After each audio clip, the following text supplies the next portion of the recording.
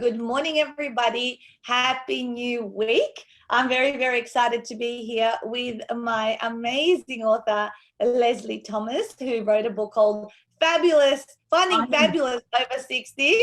Flash up your book, Lesley. Flash up Finding Fabulous Over 60. It's a beautiful, bright yellow cover. I'm very, very excited. You and I have sort of known each other for quite a while, before we even worked together. We were connected on Facebook. Is that right? Oh, absolutely. Many years, probably about 10, 15, something, a long time. Yeah, I know. And so then you came along to an event, I think it was last year in about this time last year.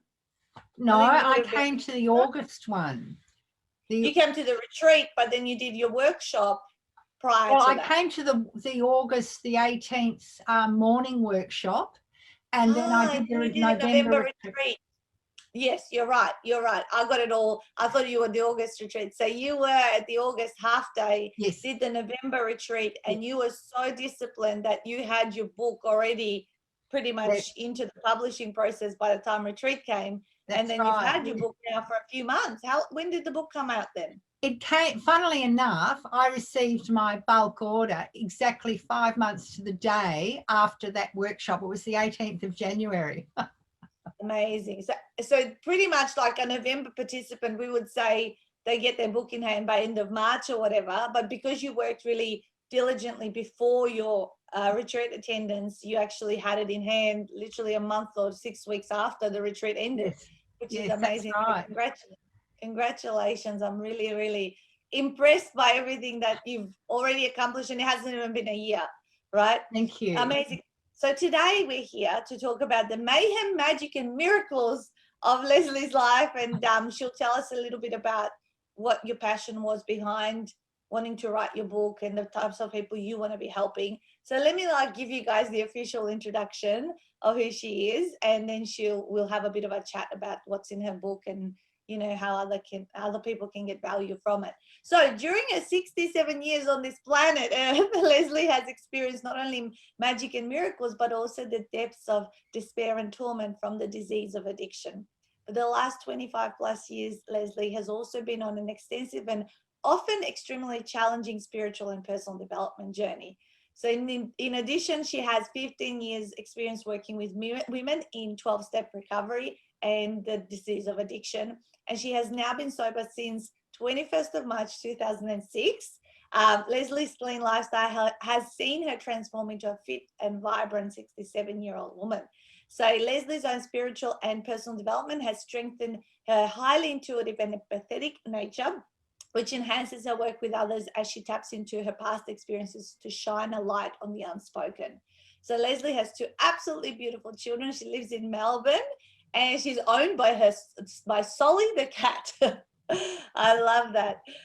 Beautiful. So thank you so much, Lesley. I've gotten a chance to also get to know you a bit more since we started working together, like through the Friday night drinks, although you drink soda water or whatever a sparkling non-alcoholic drink has been. Yeah. And, we've caught up for a dinner here in Melbourne and all that sort of stuff. So tell me a little bit about your journey.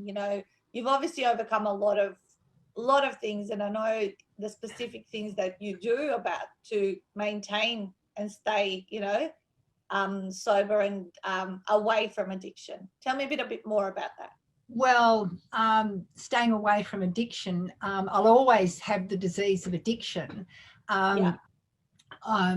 Very briefly, people that have got the disease of addiction have got a chemical in their brain which sends them into, when it's released, just sends them into this frenetic, I've got to have more of this substance. And it just floods the brain, and you literally, it doesn't matter how good or bad a person you are, you have got absolutely no control over that desire. It's a physical allergy coupled by a mental obsession. It's just a nightmare, an absolute nightmare. And the only way I managed to stop was getting to AA, and I received a miracle from what I call my higher power.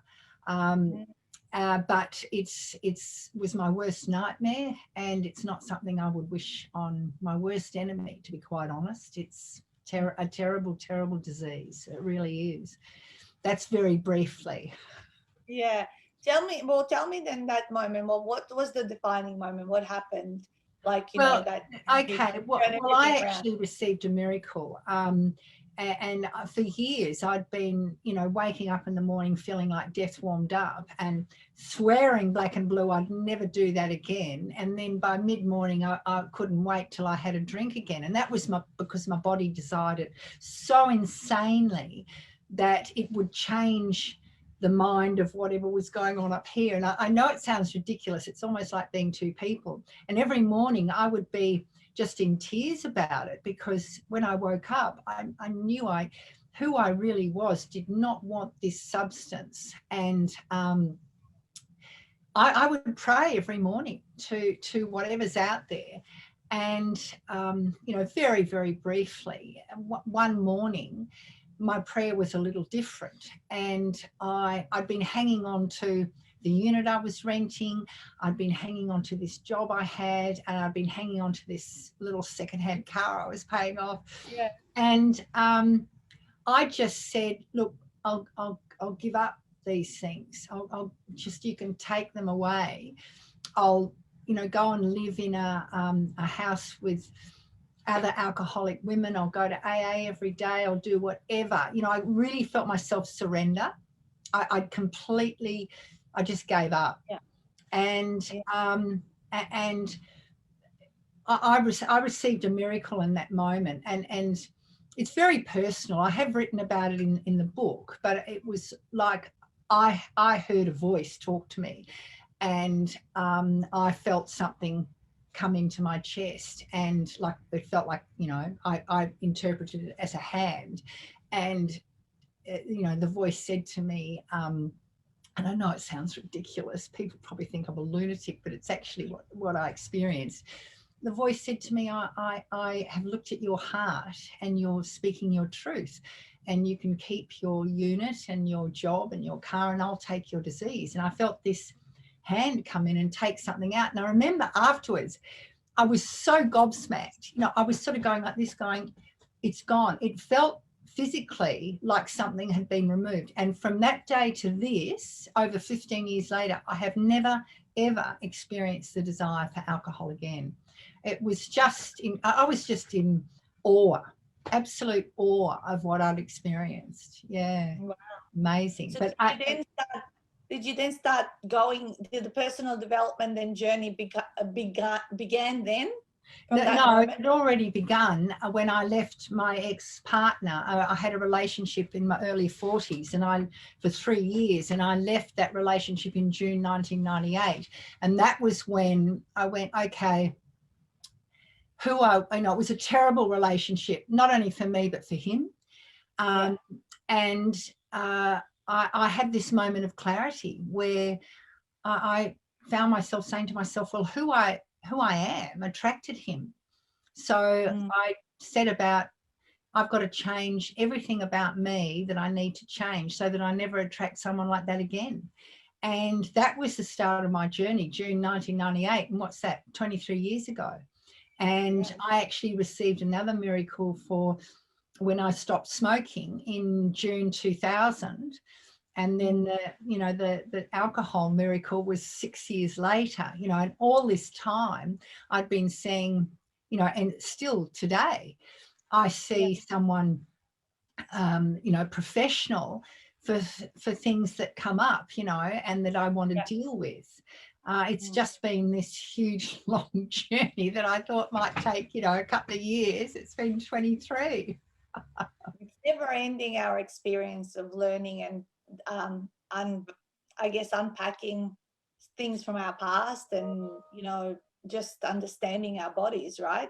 So what are some of the things that you do now that keep you on the track? I mean, do you have days where you are drawn to certain things, like as you said, it's a disease that never goes away, there's a chemical in our brain, so how do you maintain all of that?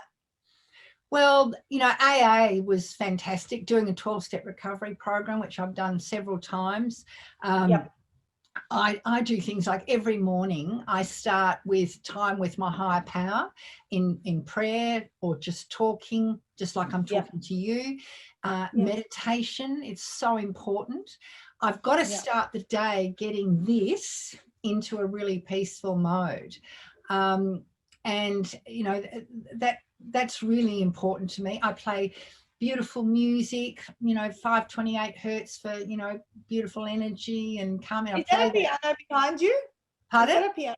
Is that a piano? Yeah, that's Do a you piano. play? Do you play? Yeah, I do play, but when I said I play music, I'm talking about a live stream. Got it. And I play that to my pet, my cat, my plants, and myself. And it's just this peace. I don't listen to the news much. I'll listen to the headlines a couple of times a week just to keep my finger in the pie. I stopped listening to the news a long, long time ago because it was just depressing. And I thought, no, I'll just listen to the headlines every now and again. And I just want to bring beautiful stuff into this. I'm kind to myself. One of the most important things I do for myself is I forgive other people for perceived wrongs. Someone might say or do something intending this, and I might take it that way and get all offended. And that's just, what a waste of time that is. So I forgive. My sort of thing is, I forgive everybody for everything, always. And sometimes that will take a moment. I get on my knees and I go, okay, I want this out of me. I'm willing to forgive them. And if I don't feel it, I do that every day until, like if it's something big, I do it every day until I can actually physically feel it leave me. And to me, that's, and then I send that person love and real love from my heart. And the difference in how I feel is extraordinary, more often than not, that other people aren't even aware that we've got a grievance. So why waste my time worrying about it? So yeah, always got to let it go. I love it. You're getting lots of beautiful comments, very inspiring, lovely to hear your story, beautiful experience. Thanks for sharing, just from a few people. I've just got so the other nice. so I can't see anything because I haven't got glasses on, but the reason you just keep talking, don't worry about everyone else. You can go and reply to them later. So that's beautiful. I know for a fact that because I've got to hang out with you, as you said, when we caught up over COVID Friday nights, we used to catch up every Friday night on Zoom, and you'd be on most of those, right? And you talked about the fact that even when you eat and your diet, is very structured and regimented, and you said that even in that area, you could go, and you've had a weight loss journey. Can you tell me a little bit about that? Oh, look, I've had a weight problem, up and down yo-yo dieting since I was about 18. And I didn't know then that it's actually processed sugar and processed flour that I'm addicted to, which brings on overeating. Like if I had a chicken and salad for dinner, for instance, I can eat as much as I like of chicken and salad. And I go, yeah, that was great. And the thought I want more of that just does not come into my head. But if I have something with processed sugar in it, it shuts down, I've had enough to eat, and it opens up the door to, I need a heck of a lot more of this stuff. And I will just, like, I could go to the supermarket and this has happened to me where I've been so distressed about something. I've thought I've got to comfort eat and I've got to comfort watch TV, because then I won't be thinking, because I didn't want to think about the issue. So I'd go to the supermarket and I wouldn't buy one ice cream. I'd buy one or two boxes of ice creams, and I wouldn't buy one muffin. I'd buy, a pack of those 4 muffins, because it was like when I was drinking, I couldn't just buy one bottle of wine.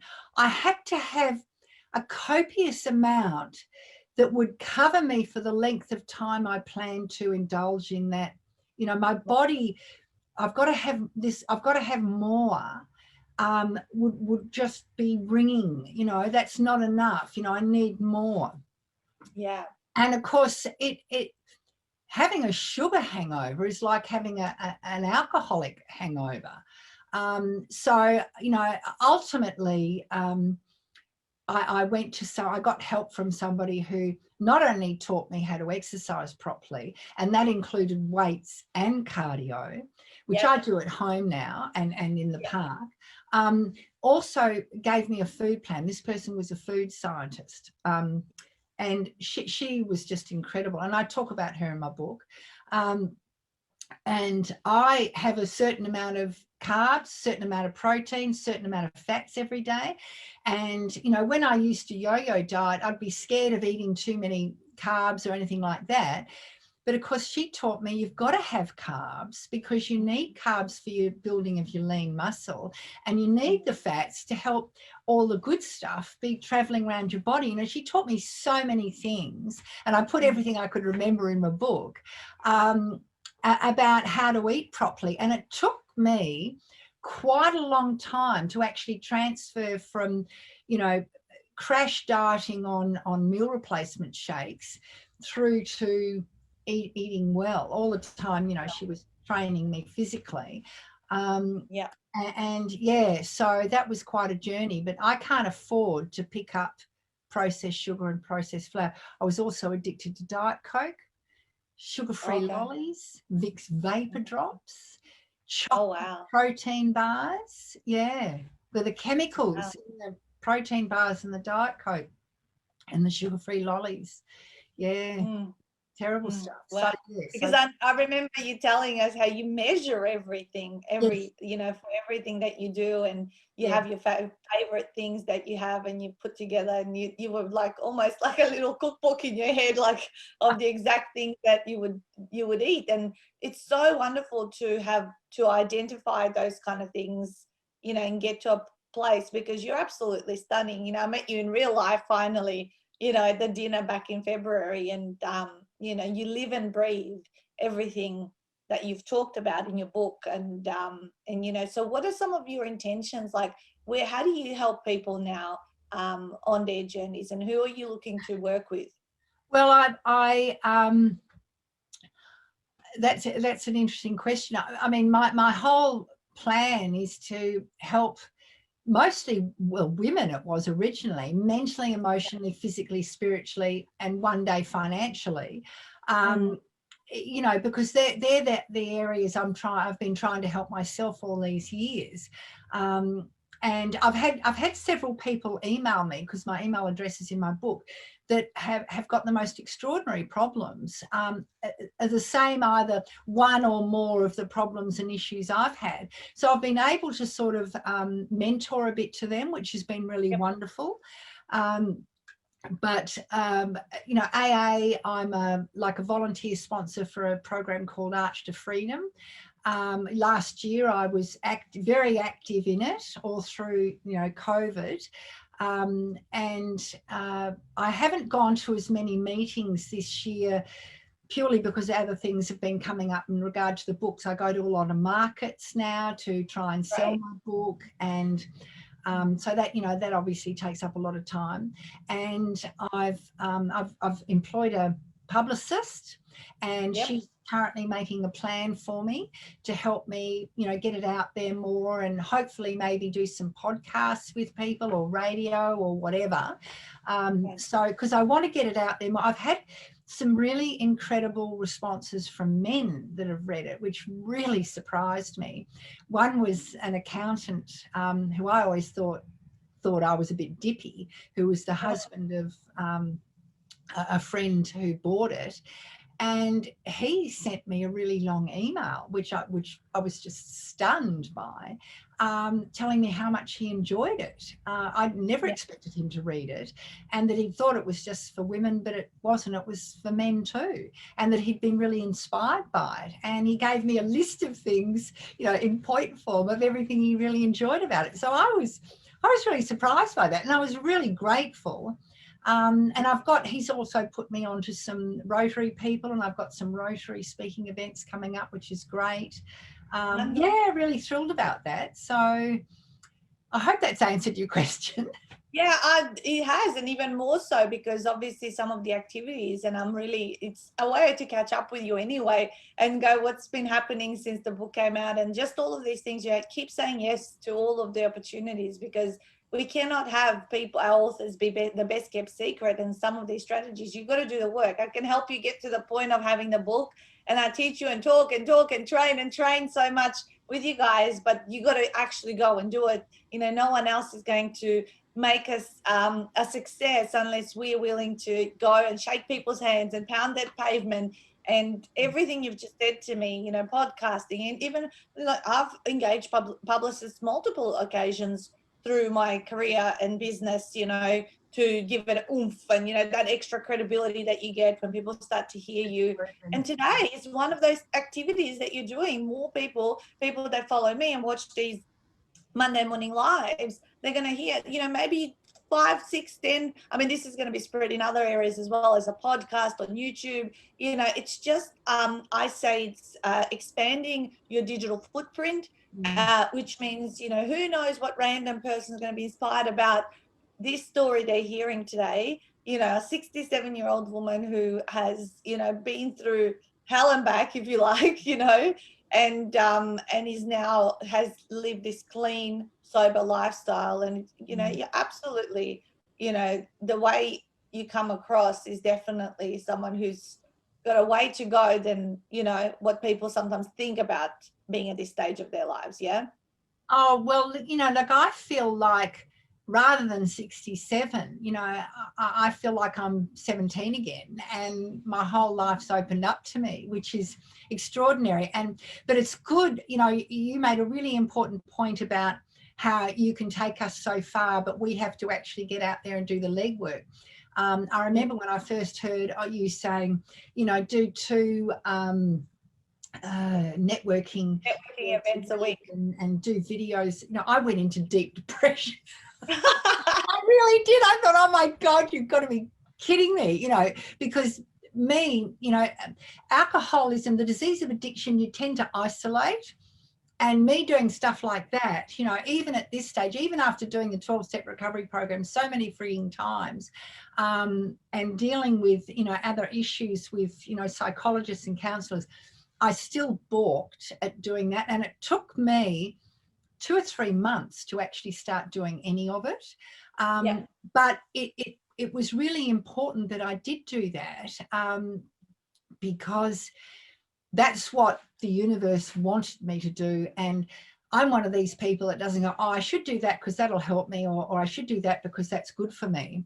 I'm one of these people that has to be forced. And that was the same with AA. I originally, I was so desperate to get well and to not have this good intention, failure, guilt cycle happening every frigging day. That's when I went to AA. That's when I surrendered and got my miracle. And once I started doing what you told me to do, that's when things started getting some momentum and things started happening. So, it's interesting. It's very interesting. But yes, I feel like I'm a 17-year-old and my life's just starting, because, the alcoholism took life away from me. It really did. And it's only, being sober 15 years and being away from that nightmare relationship I had in my 40s that I left when I was 45. I'm now 67. I now feel like I'm living, and that's a long time, but it took me a lot longer than normal people, I would say, because I had extra mental issues to deal with, So, yeah. But you, as you say, when I see you, I just see someone with a bubble of energy and, always really, insightful in the things that you share. And, I really appreciate it. And, Kim said you've developed so much wisdom, Lesley. Thanks for your interview. I know you'll be making a huge difference. And she says that your forgiveness sounds like practice from Hawaii. Sorry if I didn't say that right. Some of those things, absolutely. So did you choose to write the book, to get help, our help in writing your book through the Footy Health, or in a way to be pushed so you have to do it? No. Is that no. Yeah, tell me a little bit about that and the process. It's really interesting you should say that. I had a terrible month in July last year. I was absolutely at the depths again, and I was right into the sugar and flour and comfort eating, and because I couldn't cope with, I was absolutely gripped by fear in my life, and I called it joyless July. But something in me told me that August would be awesome. And I really felt that at the turnover of, the end of July, 1st of August. And I remember I was on the 9th of August, I think I suddenly opened up Facebook and I saw your post for a morning workshop, and something pinged inside of me. And I immediately felt uplifted. I couldn't explain why. I just felt really uplifted, and of course booked into that course. And as I was listening to you talk that morning, I could feel all through me, yep, I'm meant to write a book. And from that moment on, I could not stop writing. And I felt like something was writing for me, because every waking moment, I had to have notepads. I had sticky pads all over the place, because I just had to keep writing stuff down. And I felt like, and when I finished the book, I thought, and it went into editing, I thought, oh, I should have put that in, and this voice kept saying, no, leave it. And you sort of wondered about how fast I did everything. Honestly, that was coming from something else, because channel through you. Honestly, and it only wanted me to talk about what I've talked about and leave everything else out. Mind you, I've talked about a heck of a lot. Yeah. But I knew that you and your program was the way to go. I just could feel it, and it was brilliant, absolutely brilliant. Yeah. Well, you followed everything we said. I mean, you were also, what I loved about your attitude was to let things go and to keep progressing, not to sit and tinker and and I guess maybe part of everything you've said today is you've really become attuned and aligned in who you are and the messages that you do receive. Who knows where they're coming from? Could be from our subconscious, could be from a higher power. You know what I mean? We don't know, but you've become attuned to listeing to them and following that. Well, I think the most important thing about that is to go with that very first thought. Too many times I've seen people go, brilliant idea, and then the mind kicks in and go, oh, do you think I should, or maybe I should, I didn't want a bar of that. I just went with that first thought, and the first thought is always the right one, because you can feel it in your heart, and that's it, all the way through, done. Next chapter. And poor Stuart, because I would be waiting for him to give me feedback, and boom, the next one would be straight off to him, and he probably thought, oh shit, I thought I was going to have a day or two break from this one. No, it was fine. We love, when people are proactive and they're moving things quickly, because that's how we operate as well. And I so agree with you about that first thought and decision about what you should do, or where you should go, and listening to your gut and all that kind of stuff. Even when we go out shopping, isn't it the first thing we see that we like? It's usually the thing we come back to get at the end of that trip and all that sort of stuff. I love it. Well, we've really enjoyed, having you part of the process. I mean, you were one of the, I would say, the high achieving authors who wanted to get her work done even before she attended the actual retreat. Usually people will wait for that to become real. The retreat dates is when everything starts and it becomes real. But whereas you worked in the lead up, actually I had two ladies just on the weekend who joined us, and both of them, I've encouraged them to do what you did, because I go, you've got 3 months now to do the August retreat. You may as well have your prep with Stuart and start working on it. Then you need to focus on your marketing, which is what you're doing now, because most of your retreat buddies only just got their books.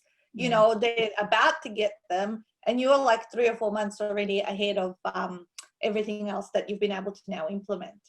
Wonderful. Yeah. So where can people get your book? Show us your book again. Book? Yeah. So that's Finding Fabulous Over 60. And so tell us the website and I'll repeat it. The website is Lesley Rhonda Thomas, and that's Lesley EY and Rhonda without an H.com. LesleyRhondaThomas.com. Love it. Yeah. And Beautiful. I And you know can see it never occurred to me that, you know, I should have Finding Fabulous over 60, you know, and but you anyway. can buy that. You can buy that, and then you can connect them both to point to the same spot. Oh, well, So that's, you can, I'll do that then. I'll do that when I yeah. go from here, if it's available. I definitely. Yeah, I think it would be. I mean, because it's a longer one, but yeah, buy findingfabulousover60.com and then have your website person connected and pointed. But your personal branding with Lesley Rhonda Thomas is also important. So Yes. Definitely. And I So there encourage you go. people to buy it off the LesleyRhondaThomas.com site rather than Yes. Amazon, because or anywhere else, because it takes 3 months to get paid and you don't get paid anything like what you get paid on your own landing page. But anyway, if you get it from Lesley directly, you'll get it signed. So that's another Yes. bonus. Yes, get it signed from me. You know, and personally packaged and sent off to you, which is what I often get asked by people, you know, with my own books. So I can't wait to hear where this journey takes you in the next 6-12 months and beyond. I know you're going to be part of our community. I really appreciate it from the bottom of my heart, you sharing your story and vulnerabilities through life and how you've tapped into your intuition. And by all means, go and check out some of the comments and I will. Yes.